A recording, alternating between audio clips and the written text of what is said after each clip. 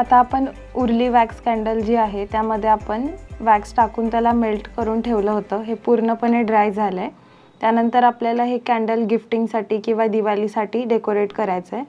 तर दिवाळीमध्ये आपण गोल्डन कलरचे जे काही डेकोरेशन आहे त्यावर आपलं जास्त फोकस असतं, त्यामुळे मी याला गोल्डन कलरनी आता डेकोरेट करून घेते आहे. कुठलंही डेकोरेशन करायचं असेल सरफेसवरती तर आपल्याला ते लायटरनी बर्न करावं लागतं. सो त्यासाठी मी याच्यामध्ये आता यूज करणार आहे गोल्डन फ्लावर्स. तर गोल्डन फ्लावर्स आपल्याला कट करायचेत आणि यामध्ये फक्त इन्सर्ट करायचेत. याची जी खालची तार आहे ती मी कट करून घेणार आहे.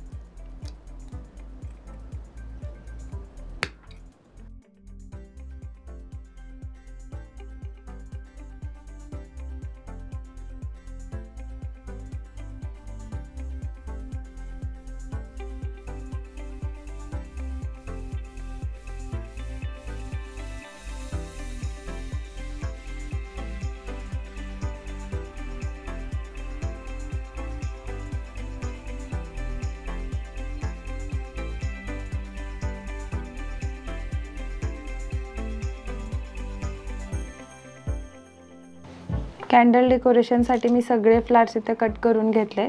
त्यानंतर आपल्याला कॅन्डलला थोडं मेल्ट करायचं आहे. त्यासाठी मी कॅन्डलला क्रॉसमध्ये पकडते आहे. जे आपले वीक आहेत त्याला खाली प्रेस करून ठेवायचं आहे आणि त्यानंतर याला मेल्ट करायला स्टार्ट करायचं आहे.